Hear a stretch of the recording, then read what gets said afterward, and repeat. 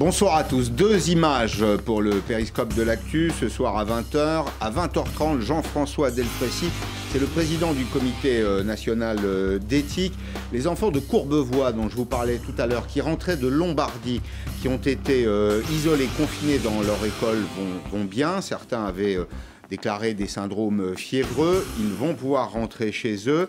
Un regret malgré tout que j'exprimerai tout à l'heure, déjà des polémiques politiques et puis des conséquences sur la croissance. La Banque de France va confirmer sa prévision, publiée cet après-midi, probablement 0,1 point de croissance. C'est le prix à payer pour ce mauvais virus, le coronavirus, sur l'économie française. Pourquoi ? Bien parce que l'économie française, elle est évidemment interconnectée. Et puis pour commencer, dans quelques minutes, Thibault de Montbrial est mon invité, avocat au barreau de Paris, président du Centre de réflexion sur la sécurité intérieure. Nous allons revenir sur ces djihadistes qui seront libérés cette année. D'autres le seront d'ailleurs en 2021 et en 2022. Alors j'entends bien que la démocratie ne doit pas se renier, mais je ne voudrais pas non plus qu'elle se livre, c'est-à-dire qu'elle se livre pieds et poings liés. Libérer des djihadistes, peut-être que c'est une ignominie finalement vis-à-vis du corps social. La société doit être protégée. C'est l'enjeu. L'État, nous sommes en face d'un pouvoir régalien de l'État. La sécurité intérieure comme la sécurité extérieure, est-ce que ça n'est pas une pure folie ?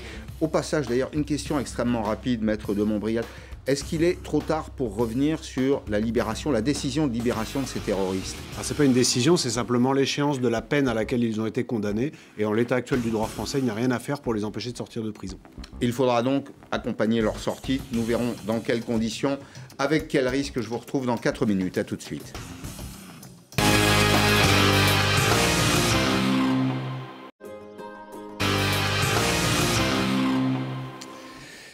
Bonsoir Thibault de Montbrial, merci d'être avec moi. Vous êtes avocat au barreau de Paris, président du Centre de réflexion sur la sécurité intérieure.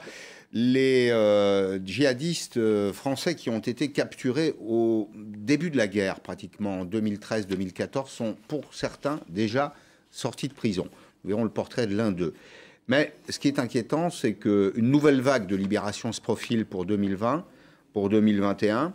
Je me demande si nous n'allons pas commettre une folie, parce que ces personnes ont pris des armes contre les intérêts de l'Occident, ont dit et répété leur haine de la France. Est-ce que nous n'allons pas commettre une pure folie ? Quelque chose qui, au fond, le mot est fort, mais il a du sens. Allez chercher le sens dans votre dictionnaire, une forme d'ignominie, quelque chose d'ignoble, parce que, finalement, tourné contre les intérêts profonds de la France. Je crois que la question posée par le retour en France de gens qui sont allés combattre au nom d'une idéologie et qui sont allés combattre contre les intérêts français et contre ce que représente notamment la société et la culture française. Le retour de gens qui sont français sur notre territoire et la judiciarisation de ces gens, c'était un cas de figure qui n'avait pas du tout été anticipé. Et donc, les premiers qui sont revenus dans les années 13-14, auxquels vous avez fait référence, ont été condamnés avec les outils qui existaient à l'époque et avec la vision qui existait à l'époque, puisqu'en France, on a un principe de personnalisation de la peine, c'est-à-dire que le code pénal prévoit un maximum pour la peine encourue, mais que le juge ou les juges sont parfaitement libres entre 0 et le maximum, dès lors que les faits sont constitués à leurs yeux, de condamner donc comme ils veulent. Personnalisation de la peine, mais là, dans les cas d'espèce, qu'est-ce qui a orienté leur choix ? Alors, justement, les juges ont rendu des peines au début qui étaient des peines un petit peu comme d'habitude, sans se rendre vraiment compte de la dangerosité des gens auxquels ils avaient affaire. Ensuite, les lois ont été durcies, notamment en 2016, notamment sous la houlette de François Molins, qui était alors le procureur de Paris, avec différentes lois qui ont été votées par les gouvernements, notamment de Manuel Valls. Mais les juges ont continué assez étrangement à avoir des sanctions qui étaient sévères, mais qui auraient pu l'être plus.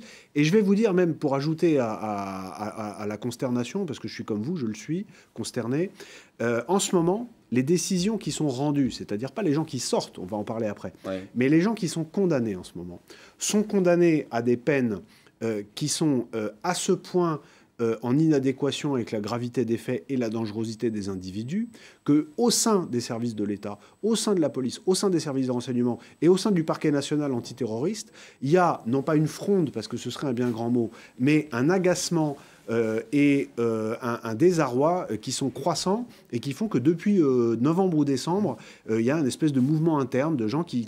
Et je vous donne juste un exemple, parce qu'il date d'aujourd'hui. Cet après-midi, la Cour d'assises spéciale de Paris a condamné le dénommé Reda Am, qui avait été fait l'objet d'une instruction par le juge Trévidic, qui avait été envoyé par Abaoud, c'est-à-dire le Abaoud était le coordinateur de l'attentat du 13 novembre. Il avait été envoyé en Europe, en France en particulier, pour commettre un attentat avant le 13 novembre. Il avait été arrêté à l'été 2015.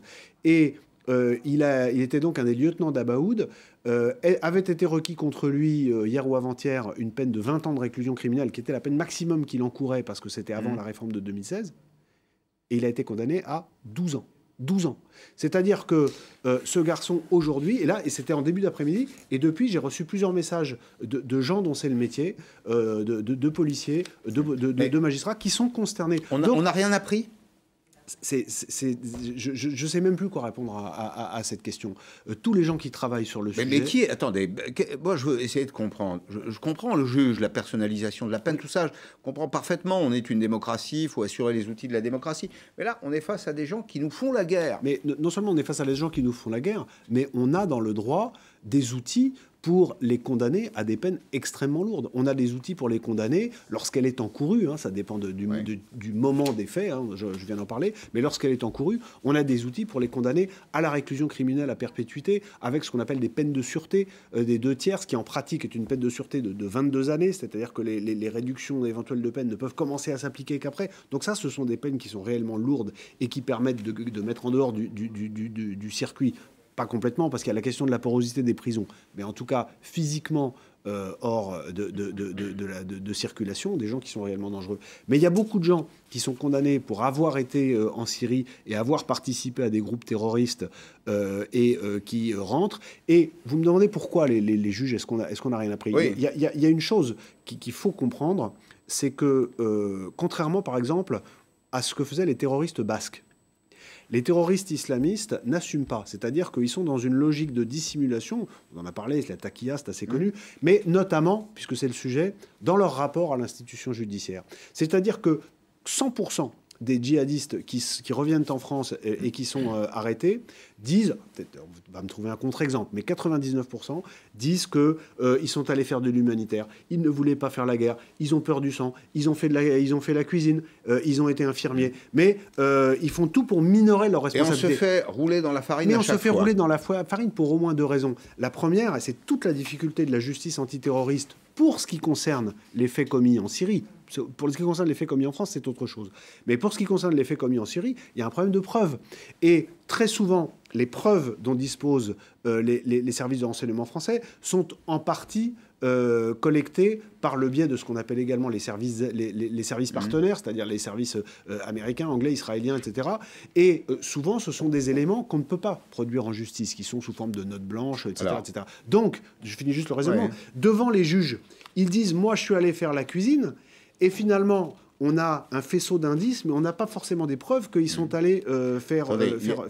Il y a un principe de précaution. Mais je suis d'accord, j'allais vous le dire. Mais j'allais vous le dire. Non, mais il y a un principe de précaution pour des molécules qui sont suspectées d'être dangereuses. Quand c'est un individu, donc on n'applique pas le principe de précaution. Je ne peux pas être plus d'accord avec vous. Alors, on va écouter ce que dit Nicole Belloubet, la ministre de la Justice, garde des Sceaux. 43 terroristes, puisqu'il faut mettre un chiffre, 43 terroristes islamistes doivent être libérés cette année. D'autres le seront l'an prochain. Les premiers terroristes, on le rappelle, avaient rejoint la zone qu'on appelle la zone irako-syrienne en 2012 et 2013. Ils ont été condamnés à des peines qu'on va qualifier de symboliques, pour être aimable, et donc ils vont très rapidement retrouver la liberté. En 2020, nous aurons 43 personnes qui sortiront. 43. Il faut dire les choses telles qu'elles sont. Il y en aura une 60aine en 2021. Aujourd'hui, au moment où nous parlons, ces détenus, lorsqu'ils sortent, font l'objet d'une double mesure. Un contrôle judiciaire qui fait qu'ils sont pris en charge pendant quelque temps à leur sortie, et puis également des mesures administratives de surveillance. Bon, mesures administratives de surveillance formidables. Tout à l'heure, André Berkoff sur LCI rappelait que l'assassin du père Hamel à Saint-Étienne-du-Rouvray portait un bracelet électronique. Donc, si vous voulez, les peines administratives, les bracelets électroniques, on s'aperçoit que finalement, c'est une très faible protection contre des gens qui sont très décidés, qui n'ont pas renoncé à leur projet, qui ont vécu en prison avec des prisonniers qui partagent leur point de vue, qui ont donc eu l'occasion de se renforcer dans ses convictions. On voit que notre système est dépassé. Vous participez notamment au travail sur le livre blanc de la sécurité intérieure. Est-ce que vous avez des propositions précises à formuler? Parce que là, on voit qu'il nous manque un outil. Alors, il faut savoir que ces travaux prospectifs que j'appelle de mes voeux depuis longtemps, sur les questions de sécurité, sont l'occasion de faire un pas de côté, de sortir de l'actualité, de réfléchir aux menaces de toute nature, et il y en a beaucoup. Dont celle-ci. Évidemment, au premier rang desquelles celle-ci, qui pèsent sur la sécurité intérieure de la France à l'horizon d'une dizaine d'années, parce que ce problème, il pèse aujourd'hui, il pèsera demain, mais il pèsera toujours dans une dizaine d'années, et le risque est tel qu'il peut peser de façon très concrète et fracassante, y compris sur notre vie politique du jour au lendemain. Donc, on a là un travail prospectif qui est fait. Ce qui est assez intéressant, on verra ce qui en sortira, c'est le ministère de l'Intérieur qui publiera le livre blanc à la fin de nos échanges. Mais ce qui est intéressant, c'est qu'on a quand même des discussions qui sont des discussions sans tabou, avec des spécialistes de toute nature, des gens qui sont fonctionnaires, des gens comme moi qui ne le sont pas, et tout est mis sur la table. Aujourd'hui, il y a des mesures qui peuvent être proposées. Alors, il y a des mesures de sécurité pure et dure, il y a des mesures qui malheureusement, au sens étroit du terme, relèvent des compétences du ministère de la Justice, par exemple la prison. Il faut aujourd'hui penser, je pense, la prison différemment. C'est-à-dire qu'il faut avoir des prisons de haute sécurité pour les gens les plus dangereux, en essayant de les isoler les uns Alors, des autres. question justement. Et juste pour les gens les moins dangereux, les gens qui ont les délinquants en col blanc, ça n'est pas la peine de les mettre à Fleury-Mérogis ou à la Santé, des prisons beaucoup moins chères et beaucoup moins sécurisées pourraient faire l'affaire. À Lille, précisément, une prison dans la prison. Je ne sais pas si vous avez vu ça. L'information a été publiée hier. Une prison dans la prison pour détenus radicalisés. C'est-à-dire qu'on les met ensemble. C'est une espèce de bouillon de culture. C'est pas ça aussi une pure folie. Vous avez le choix entre le mal et le pire. C'est-à-dire que... Je ne sais pas, je vous pose la question. Mais je vous réponds. Ouais. Vous avez le choix entre le mal et le pire. Le mal, c'est vous les mettez ensemble et ça fait bouillon de culture. Le pire, c'est vous les disséminez et ça fait épidémie. Et contamine les autres. Et ça fait épidémie. Ouais. Donc, les mettre ensemble, alors en plus à Lille, c'est dans le cadre d'une expérience où il y a des tentatives de ce qu'on appelle, je mets des guillemets parce que ça n'a marché nulle part dans le monde, mais il faudra bien, c'est pas pour une raison pour baisser les bras, mais la déradicalisation. Donc ils sont suivis par tout un tas de personnes qui sont compétentes et qui sont vigilantes, qui d'ailleurs souvent constatent leur impuissance à faire évoluer ces gens. Mais on essaye de faire des choses. C'est pas simplement on les met ensemble et on s'en occupe pas. On les met ensemble, on s'en occupe. Mais c'est vrai que ça leur permet de créer des embryons de réseau qui pourront être utilisés dehors. Et puis il y a un autre sujet, c'est la facilité. Mais ça, c'est bien au-delà du cas des djihadistes. La facilité avec laquelle les gens qui sont en prison peuvent communiquer avec On n'a pas trouvé de solution, là. C'est très difficile. Les progrès de la technologie sont tels que c'est très difficile. Alors, parmi les figures des Français qui étaient partis combattre avec l'État islamique, Flavien Moreau. Oui. Flavien Moreau, 33 ans, condamné à 7 ans de prison. Il fait partie de cette vague des premiers condamnés, donc ils l'ont été... assez légèrement. Il a été libéré le 13 janvier dernier. Il est suivi, mais sa surveillance va prendre fin prochainement. Georges Brenier. Il avait abandonné ses études de boulangerie pour combattre dans les rangs de l'État islamique. Flavien Moreau, 33 ans, a retrouvé l'air libre après 7 années sous les verrous, ici, à Condé-sur-Sarthe. Il avait passé une dizaine de jours en Syrie en 2013, maniant des armes à feu, mais niant tout projet d'attentat. Les rapports pénitentiaires l'estiment aujourd'hui capable de récidiver. Ce qui est intéressant dans son profil, c'est sa dangerosité, sa virulence aussi, qui est relevée par tous ceux qui l'ont suivi. C'est quelqu'un dont on peut penser qu'effectivement la surveillance post-carcérale est nécessaire, absolument. L'ancien djihadiste n'est pas pour autant lâché dans la nature. Il doit pointer tous les jours au commissariat et n'a pas le droit de quitter la ville où il réside.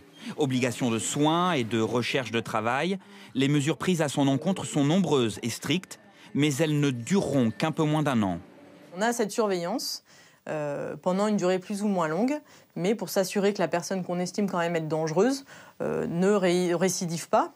sachant que le risque zéro n'existe pas. Hein. Et à la fin de ce suivi, on n'aura plus rien. C'est là que les services de renseignement prendront le relais et suivront ce converti à la trace. La problématique va concerner nombre de terroristes qui arrivent en fin de peine. 42 seront libérés cette année et 55 l'année prochaine.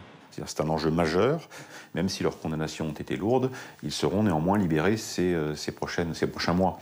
Et donc parmi eux, il y a effectivement des individus qui ont combattu, qui ont rejoint par exemple les rangs de l'État islamique, et ces profils sont particulièrement inquiétants.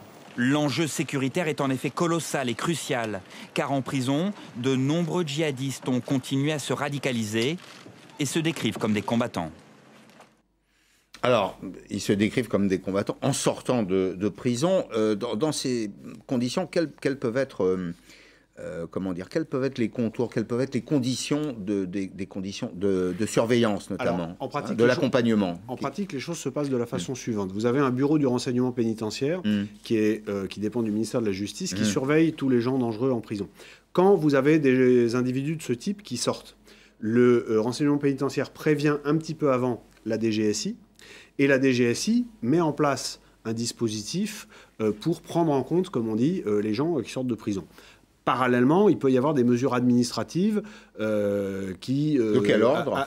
Il y a une mesure qui s'appelle la MICAS, qui est une sorte, je résume, je fais simple, d'assignation à résidence, mais qui a une double limite. D'abord, elle ne peut être renouvelée pour 6 mois maximum, renouvelable une seule fois, donc c'est 1 an maximum, et c'est dans le ressort de la commune. Alors, quand vous habitez un petit village, c'est pas beaucoup, mais si vous habitez à Paris, Lille, Lyon ou Marseille, c'est évidemment beaucoup plus souple. Mais il y a aussi des principes de bracelet électronique, mais enfin, vous avez dit tout à l'heure toutes les limites que ce genre de mesures... Ça n'empêche pas de commettre des crimes. Mais ce qui est très important de comprendre, parce que ça, c'est vraiment, on est au cœur de l'énorme problème que nous allons avoir et que nous avons déjà, c'est que déjà, il ne faut pas qu'il y ait de loupé entre le bureau de renseignement pénitentiaire et la DGSI. C'est-à-dire qu'il faut que la DGSI soit toujours informée en temps réel de la sortie des gens.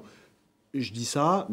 C'est pas le cas ? J'ai un exemple très précis en tête où ça n'a pas été le cas. J'espère que c'est le seul. Mais ça reste de l'administratif. Donc il faut être très vigilant là-dessus. Dès que vous avez 2 services qui travaillent ensemble, et ils le font très bien, il faut faire attention qu'il n'y ait pas de déperdition. La magistrate nous disait, là, la société zéro risque n'existe pas, mais là, le citoyen attend un zéro faute. Non, mais là, surtout, c'est un zéro faute sur ce que vous évoquez, là. S'il y a 50 morts, il y a risque et risque. Il y a zéro risque.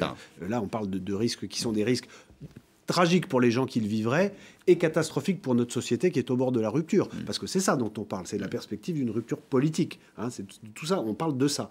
Bon, là, j'en reviens à mes sortants de prison. Oui. Les gens qui sortent de prison sont donc, ils sont 99% restés dangereux et ils s'ajoutent dehors au vivier de gens dangereux qui sont déjà identifiés et à ceux qui sont dangereux et qui ne le sont pas. Parce que par définition, il y a forcément un chiffre gris. On ne peut pas connaître 100% des gens dangereux. Premier point. Deuxième point, une fois qu'on a identifié les gens, ceux qui sortent de prison, ceux qui sont déjà dehors, il faut adapter en fonction de nos moyens humains et matériels, technologiques, etc., des choix de cibles. C'est-à-dire, vous avez une population de 100 personnes, c'est un exemple. Et il faut arbitrer dans ceux qui seront suivis de près. Et il faut arbitrer, car aujourd'hui, la France n'a pas les moyens, et je pèse mes mots, de suivre 100% des gens qui sortent de prison et qui sont dangereux sur le moyen terme. C'est possible quelques jours, mais ça n'est pas possible sur le moyen terme. À un moment, il y a un arbitrage à faire.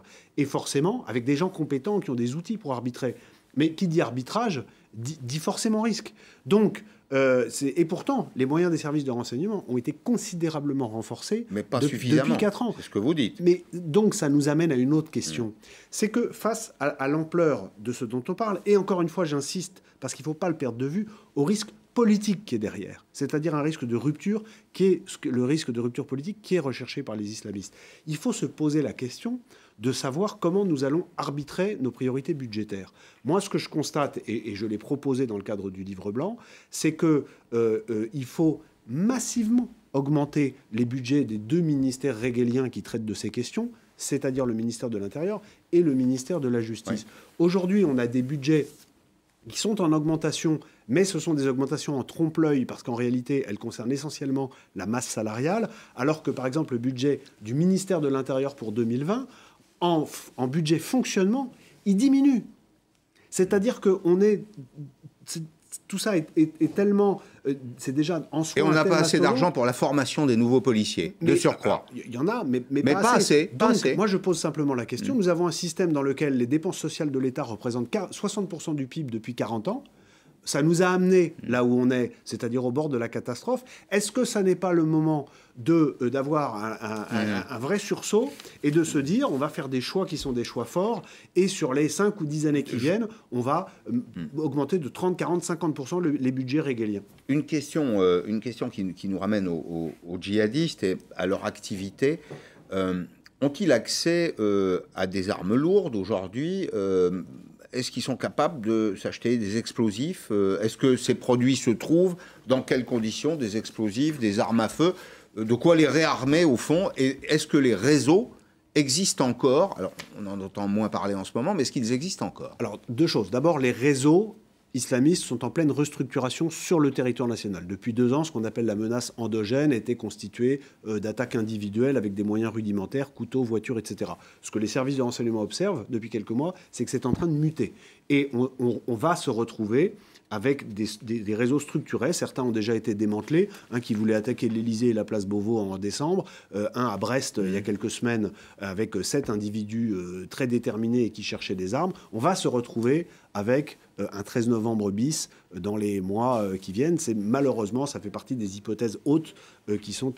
du risque tel qu'il est évalué, y compris par le ministère de l'Intérieur. C'est de celui-là dont je parle. Après, moi, je fais mes synthèses avec mes interlocuteurs intérieurs et défense, mais c'est en tout cas et le résultat de la synthèse et ce qu'on me dit directement. Et l'accès aux armes ? Alors, l'accès aux armes, c'est notre chance pour le moment. Et je pense que la bascule, ce sera ça, c'est que pour des raisons qui tiennent à la paix de leurs affaires, à la tranquillité de leurs affaires, les gens qui en France tiennent le trafic d'armes font tout pour ne pas vendre à 2 populations délinquantes, 1, les terroristes islamistes, et 2, les jeunes de cité qui veulent allumer les flics des bacs.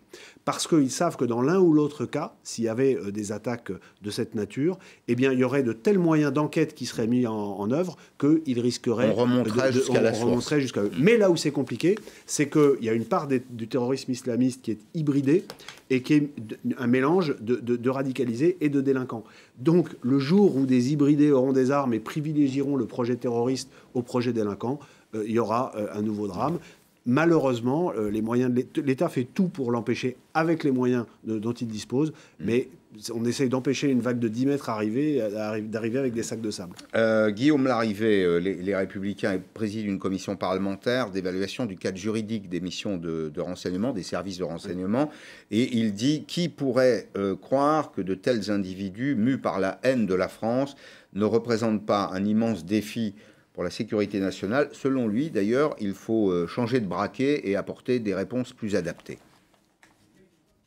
La meilleure entrave, c'est l'enfermement. Et donc, moi, j'appelle Emmanuel Macron à faire adopter, probablement par référendum, parce que je pense que cette question doit être tranchée par les Français. Un tribunal de sûreté nationale. Un tribunal de sûreté nationale. C'est une cour d'exception, ça rappelle la guerre d'Algérie. Un tribunal de sûreté nationale, qu'est-ce que ça serait ? Ça serait des magistrats spécialisés qui, sur requête du parquet national antiterroriste, auraient le pouvoir d'ordonner l'enfermement en centre de rétention judiciaire des terroristes islamistes à leur sortie de prison. Thibault de Montbrial, vous suivez comme moi l'actualité. L'opposition, elle demande un référendum sur les retraites. C'est un sujet sérieux, mais là, on parle de notre sécurité. C'est une question de vie ou de mort. Ce que dit Guillaume Larrivé, ça a du sens. Pourquoi ne pas consulter les Français sur cette question qui les intéresse ? Le premier droit de l'homme, c'est la sécurité. Alors, je pense que le président de la République a un immense problème, c'est qu'à titre personnel, il est convaincu par tous ceux dont on dit, ça y est, j'ai aucun doute là-dessus, les ministres régaliens, pareil. La difficulté à laquelle ils se heurtent tous, c'est que la majorité de la République En Marche est une majorité qui n'est pas unie sur le sujet. Donc la majorité... C'est très inquiétant ce que vous dites là. Mais regardez, vous avez d'un côté, prenez des gens qui viennent de l'ancienne droite, comme Aurore Berger et tout un tas d'autres députés qui s'expriment lucidement sur le sujet, Jean-Michel Fauvergue, ancien patron du RAID, etc. Et de l'autre, vous avez des gens comme Aurélien Taché, qui est dans une logique pour le moins curieuse, on va dire, sur ces questions-là et sur la question de l'islamisme en France. Et donc, l'un dans l'autre, ça fait que vous n'aurez pas une majorité forte. Donc, la question, c'est, parce que là, ça redevient une question politique, est-ce que le président de la République pense qu'il peut aller en 2022 sur ces questions d'abord sans qu'on ait de graves attentats d'ici là? Moi, je ne crois pas. Ensuite, et donc, il va y avoir une pression qui va augmenter, ce que dit Guillaume Larrivé est de plus en plus dit, et je pense que la majorité de la population, si on enlève les côtés partisans, est assez d'accord avec ça. Après, il y a une superstructure médiatique qui est très audible, mais peu représentative, avec la presse qui est très à gauche, mais avec des éditorialistes connus, qui fait une espèce de pression sur le sujet.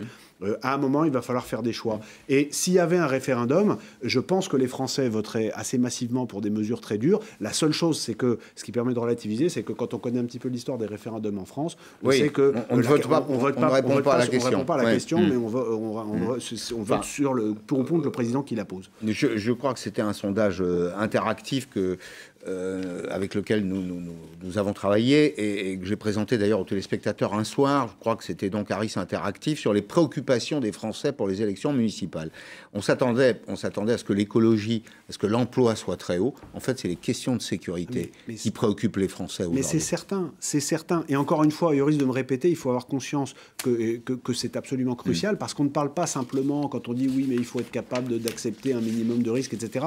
Je dis que si nous subissons un enchaînement de faits graves par des réseaux structurés tels qu'ils sont en train de se réorganiser en France, par des gens qui sont déterminés et qui en plus ont l'expérience du combat en Syrie et qui l'importent en Europe et en particulier chez nous, nous encourons un risque de rupture politique, d'émergence d'une extrême droite terroriste que pour le moment, contrairement à nos amis allemands, nous avons réussi à éviter, mais qu'on n'endiguera pas éternellement. Et si vous avez un jeu d'escalade brutale de la violence entre les extrêmes, là, il y a un risque de vrai changement de nature de notre système politique. Et nous avons encore une chance de l'empêcher, mais il faut lutter avec une détermination sans faille et sans naïveté. Merci beaucoup Thibault de Montbrial, merci d'être venu, avocat au barreau de Paris, président du Centre de réflexion sur la sécurité intérieure. Le deuxième regard du périscope de l'actu, c'est le coronavirus. 2 nouveaux cas en France depuis ce soir, dit le professeur Jérôme Salomon, le directeur général de la santé. Ça concerne une personne qui est de retour de Chine et une autre qui est de retour de Lombardie. Nous avons ce soir 2 nouveaux cas. Nous avons donc 14 cas confirmés, 2 personnes hospitalisées, 11 guéris et 1 décédé. Le cas numéro 13 est celui d'une jeune femme chinoise qui est revenue de Chine le 7 février, qui a été hospitalisée à Paris et qui a un tableau très rassurant. Le 14e cas vient de nous être signalé, donc il y a moins d'une demi-heure, donc je ne peux pas vous en dire beaucoup, sinon qu'il s'agit d'un homme français qui rentre d'un séjour en Lombardie et qui est actuellement hospitalisé en région Auvergne-Rhône-Alpes. Son état n'inspire pas d'inquiétude. Bonsoir, professeur Jean-François Delfraissy. Merci d'être là. Vous êtes président du Comité national d'éthique. Vous voyez que la France s'inquiète. Hein. Elle s'inquiète à juste titre. D'ailleurs, on se pose au moins des questions. Alors, il y a des inquiétudes légitimes. Il y a des inquiétudes parfois un peu excessives. On va reprendre peut-être les chiffres de l'Italie parce que, je l'évoquais hier soir, le virus est à la frontière en Lombardie. C'est le nord de l'Italie. Et selon l'AFP, 10 personnes décédées, c'est beaucoup. Et 222 personnes qui sont concernées, qui sont aujourd'hui touchées par le virus, qui sont traitées, j'imagine, suivies. Bon, moi, je vois 2 ou 3 problèmes. Je vais évoquer juste après les conséquences économiques, parce qu'il y en a déjà. Vous avez peut-être pris connaissance du communiqué de la Banque de France qui dit que la croissance va baisser. C'est pas étonnant dans un monde qui est interconnecté. Mais bon, sur le traitement de la maladie, d'abord la prévention, est-ce que ce soir, on peut dire... C'est un peu le feuilleton, soir après soir. Est-ce qu'on peut dire ce soir que toutes les mesures prises l'ont été? Je me pose la question, je vous la pose naïvement. Est-ce qu'il faut fermer la frontière italienne? Le ministre dit non. Mais quel est votre avis à vous? Alors, on est un pays qui a beaucoup réfléchi aux situations de crise. Hein, et la France est considérée comme un des pays assez solides sur la réponse aux crises sanitaires. Il y a une réponse vraiment très, très adaptée de la part de nos 2 ministres successifs de la Santé, là, au cours des 6 dernières semaines. On est à un changement, hein, c'est très clair. Aujourd'hui oui, on est à un changement. Oui, ce mardi. Pourquoi un changement? Fondamentalement, cette épidémie, elle touche la Chine. hein, sur plus de 70 000 personnes touchées en Chine, même 80, bon, l'immense majorité des décès en Chine. C'est en train de baisser dans la région de Wuhan, c'est-à-dire dans le foyer primitif.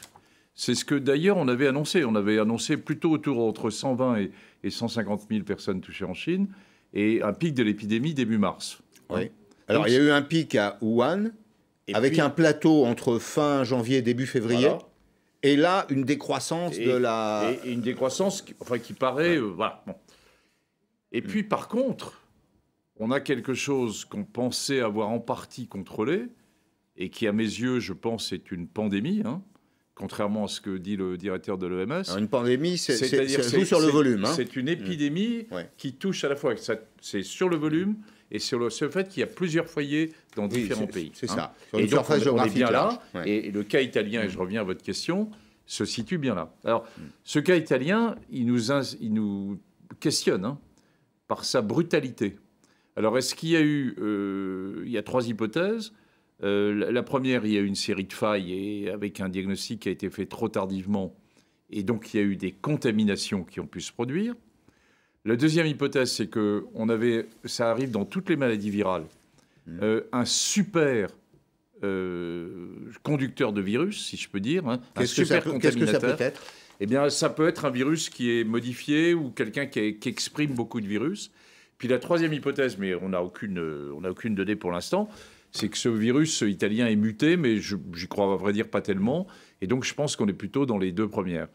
Alors, pourquoi ça nous touche ? Parce que l'Italie, c'est à côté de chez nous. Oui, hein. c'est nous. Bon, et on a énormément de relations. Et donc, on se rend bien compte que finalement, la pandémie qu'on pensait avoir contrôlée sur un certain nombre de pays, elle est là, elle est en Italie, elle est en Corée, elle est en Iran, et avec les cas du Moyen-Orient maintenant. Donc, c'est pour ça que je dis qu'il y a un changement à partir de ce début de semaine. Alors, vous avez suivi l'actualité du jour, des collégiens français et des lycéens français, franciliens entre autres, qui avaient séjourné en Lombardie, dans une zone infectée de l'Italie, du nord de l'Italie, ont été isolés. Ils ont été placés à part dans un lycée de Courbevoie qui s'appelle le lycée Paul Lapie. Alors, ils présentaient des symptômes fiévreux. Alors, je crois qu'ils sont rentrés chez eux. Je n'ai pas la certitude, mais en tout cas, il me semble qu'ils sont suivis aujourd'hui. Ça doit inquiéter. Et ces jeunes gens, que vont-ils devenir ? Est-ce qu'ils vont être isolés pendant une quinzaine de jours ? Je vous pose la question parce que si les cas se multiplient, il y a une partie de la France qui devra s'isoler du reste. Alors, c'est toute la question, en effet. C'est que, en cas de suspicion et avec une épidémie à côté de nous, le nombre de cas suspects va se multiplier. Alors ça, c'est suspect, c'est rien de plus. Oui. Et je vous rappelle qu'on confirme le diagnostic. Le diagnostic, il est d'abord clinique, fondamentalement, avec des symptômes simples qui sont ceux d'une grippe, dans d'ailleurs une période de grippe où il y a beaucoup plus de grippe que de corona. Et puis ensuite, il y a un deuxième élément. Est-ce qu'il y a eu un contact avec, en effet, la Chine ou avec maintenant l'Italie ? Et on voit bien qu'avec l'Italie, ça risque d'être... Avec l'Italie, c'est oui. C'est oui. Ouais. Et troisième élément, on a des tests diagnostiques qui ont été montés là au cours des dernières semaines, qui sont relativement sensibles, pas encore robustes, hein, mais qui sont relativement sensibles et qui permettent de détecter non pas le virus lui-même, mais ce qu'on appelle le génome du virus par une technique moléculaire. Voilà. Et ça, le gouvernement vient de prendre la décision d'augmenter la capacité à faire ces tests diagnostiques, puisque c'est comme ça qu'on peut sortir du suspect à quelqu'un qui est véritablement touché ou quelqu'un qui n'est pas touché. Et actuellement, en France, on pourrait, dans les laboratoires, faire à peu près 400 tests par jour. Et on va passer à plusieurs milliers de tests là, dans les jours qui viennent. Ces 2 informations, alors, vous pouvez sans doute les confirmer, 200 millions de masques de protection ont été commandés par le gouvernement. Il y a à ce stade 30 000 masques qui sont en stock. Alors 200 millions, c'est beaucoup plus que la population française, mais l'espérance de vie, si je puis dire, d'un masque, est limitée, bien sûr, et donc ça pourrait être dédié à des zones infectées. Et puis, deuxième élément, c'est Dominique Seux des Échos qui donnait tout à l'heure l'information sur le plateau de David Pujadas. Le gouvernement se prépare à toutes les options, y compris celles qui consisteraient à mobiliser des forces militaires pour confiner des régions dans lesquelles on aurait une suspicion de virologie. Alors, sur les masques, c'est fondamentalement des masques pour les personnels de santé. Hein. C'est pour les personnels qui s'occupent, parce que le port du masque, je dirais en standard, il n'est pas justifié. Hein. Mais pour les personnels de santé, pour s'occuper des patients suspects et a fortiori infectés, c'est un point essentiel, pour qu'eux-mêmes ne soient pas contaminés. Ensuite, oui, deuxième point, le confinement des zones. Oui, et il y a depuis maintenant le plan grippal de 2009, il y a très régulièrement mené par une structure qui s'appelle le SGDSN, qui est interministériel et qui fait un plan en évoquant les hypothèses les plus difficiles et les plus douloureuses. Hein, et qui obligerait, par exemple, à avoir une attitude de confinement géré en particulier par les militaires. Alors, c'est quelque chose de difficile à comprendre pour nos compatriotes. Hein. Vous imaginez, on a quand même très peu de cas et on évoque déjà des plans difficiles. Moi, je pense que c'est bien qu'on en parle. Gouverner, c'est prévoir. Parce que, d'une part, au gouvernement de ne pas l'avoir prévu. C'est prévoir et c'est aussi faire savoir. Ouais. Et c'est jouer la clarté. C'est jouer l'absence d'ambiguïté. Il y a des choses qu'on sait faire, il y a des choses qu'on ne sait pas faire, à la fois tant au niveau des politiques que des médecins que nous sommes. Eh bien, il faut savoir le reconnaître et le dire en toute clarté. Donc, en effet, il y a un plan qui existe et avec des modalités qui peuvent être difficiles et qui posent la question, et c'est le président du comité d'éthique qui vous parle, finalement, à un certain moment où, je dirais, une vision collective doit dépasser la vision individuelle. Et on ne construit pas une vision collective avec une série de décisions individuelles. Donc ce qu'il faut, c'est que les Français puissent comprendre qu'à un temps donné, il est possible, mais j'espère que non, hein, j'espère franchement que non. C'est une hypothèse. Voilà, c'est une hypothèse qu'il y ait une certaine forme de limitation des droits individuels pour mieux limiter la pandémie si elle existait. Alors, je ne sais pas si vous avez une réponse à cette question. Le problème des Français qui sont envoyés chez eux, alors quand il s'agit d'étudiants ou de lycéens, c'est pas très grave parce qu'ils peuvent travailler à la maison, mais les gens qui ont un emploi salarié, l'entreprise considère qu'ils sont dangereux, et c'est vrai qu'ils le sont pour d'autres. C'est le problème que vous évoquez, hein, liberté individuelle et sécurité collective, si je puis dire. La sécurité sociale ne les reconnaît pas comme malades parce qu'ils n'ont pas déclaré la maladie. Finalement, qui les paye ? Vous voyez, comment vivre ce type de situation ? Comment répondre à cette problématique à laquelle on n'avait absolument pas pensé ? Non, c'est vrai, et c'est bien pour ça que ces crises sanitaires dépassent très largement une réflexion uniquement des professionnels de santé. C'est une vision très globale qu'il doit y avoir, où bien sûr les aspects médicaux sont importants, mais ils ne sont pas suffisants. Et ça pose aussi la question de la limitation des transports, la limitation des événements. Il y a toute une série de questions qui se posent. Alors, je n'ai pas la réponse à votre question. Ce que j'ai vu, parce que je l'ai lu, que la SNCF, finalement, avait un certain nombre d'employés qui, pour des raisons diverses, avaient été en Chine fin janvier et qui avaient été rapatriés et qu'elle leur avait demandé de rester 15 jours chez eux et qu'elle les considérait comme une forme de travail et de télétravail. Voilà, c'est la question aussi des enfants, où on sait que les contacts entre les enfants sont extrêmement nombreux et multiples, d'arriver à les garder à la maison et qui les garde. Et si la maman les garde, elle ne travaille pas. Donc il y a toute une série de questions qui peuvent en effet se poser. On n'en est pas là, on n'en est pas là du tout. Mais les questions peuvent aller vers là. Voilà. Bon. Alors, vous le savez sans doute, la Banque de France révise sa prévision de croissance en raison des perturbations qui sont engendrées par l'épidémie de coronavirus.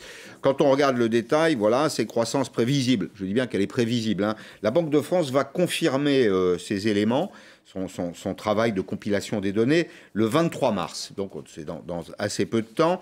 Alors, on aurait une croissance de 1%, c'est-à-dire on perdrait au fond 0,1 point.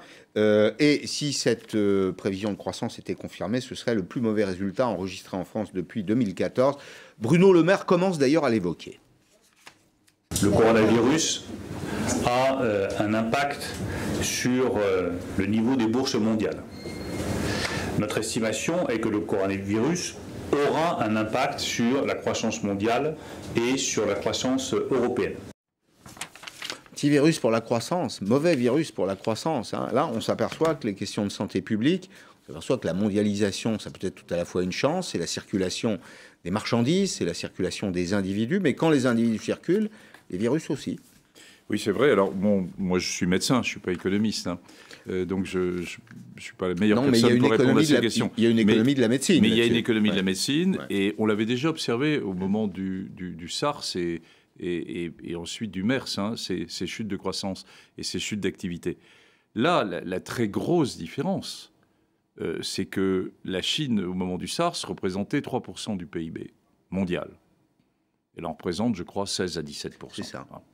Et donc, on a pour la première fois une épidémie majeure qui touche un des plus grands pays du monde par son économie. Et donc, on n'avait jamais vu ce scénario jusqu'à maintenant. Et donc, les conséquences, en effet, elles vont être à découvrir. Alors, néanmoins, on peut dire aussi que ce qui s'est passé pour le SARS, il y a eu dans le semestre qui a suivi le SARS, de nouveau, une recrudescence de la croissance de façon très importante qui a masqué sur une période de finalement 18 mois. Je ne veux pas faire de prévision, mais enfin, il faut avoir ça aussi en tête. Oui, en fait, l'économie mondiale, c'est une espèce de rhizome.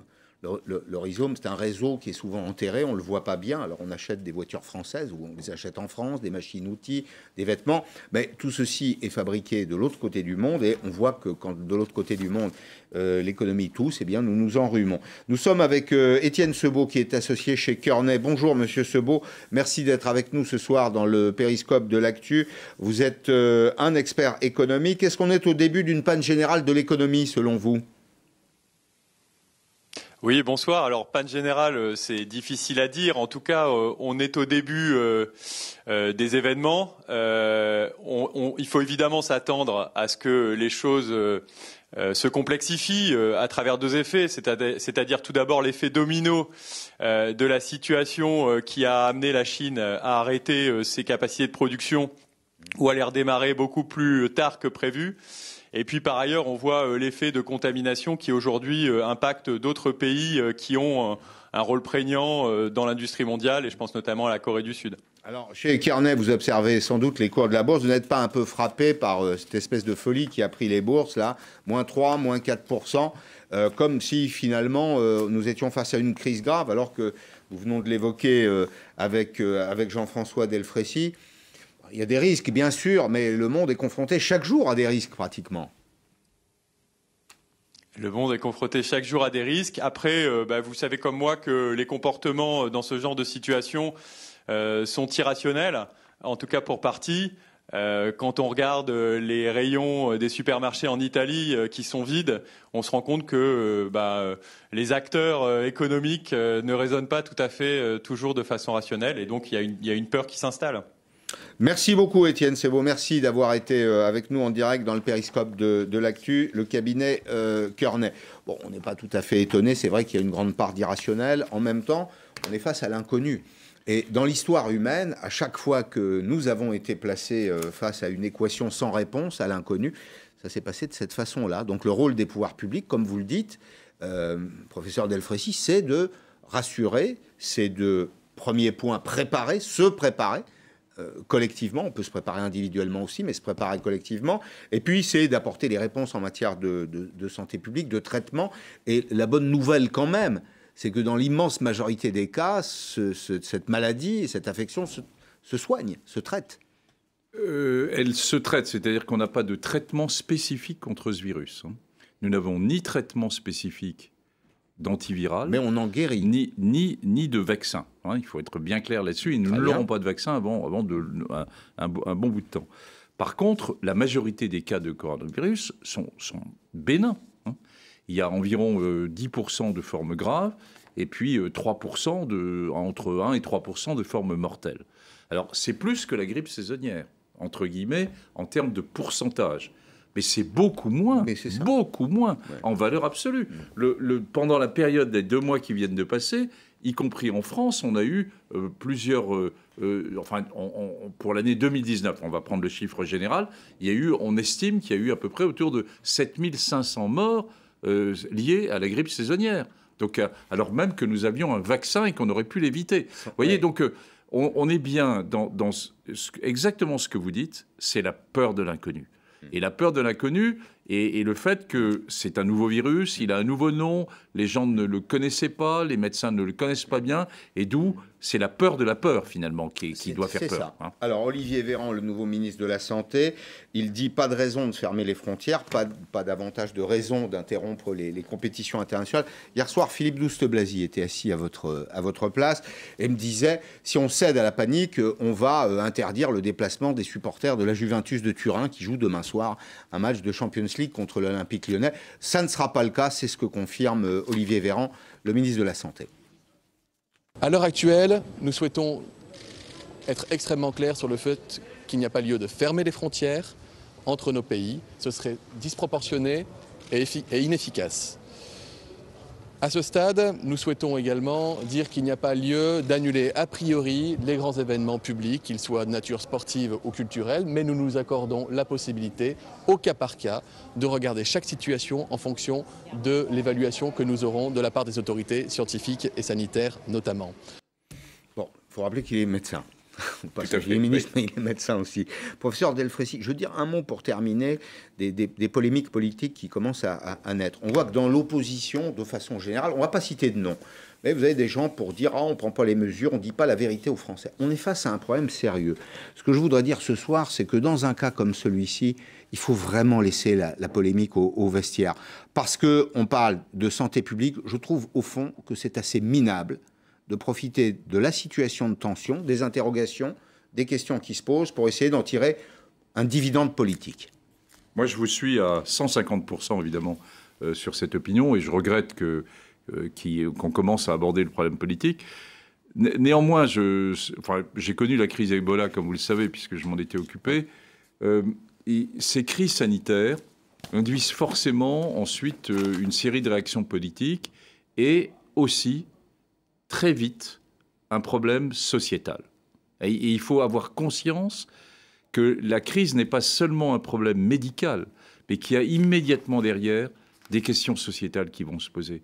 Et donc la grande transparence vis-à-vis de nos citoyens qui sont parfaitement capables de comprendre nos incertitudes, nos questionnements, et pour garder la confiance et prendre des décisions difficiles, c'est un élément essentiel qui a d'ailleurs été fait jusqu'à maintenant par le gouvernement.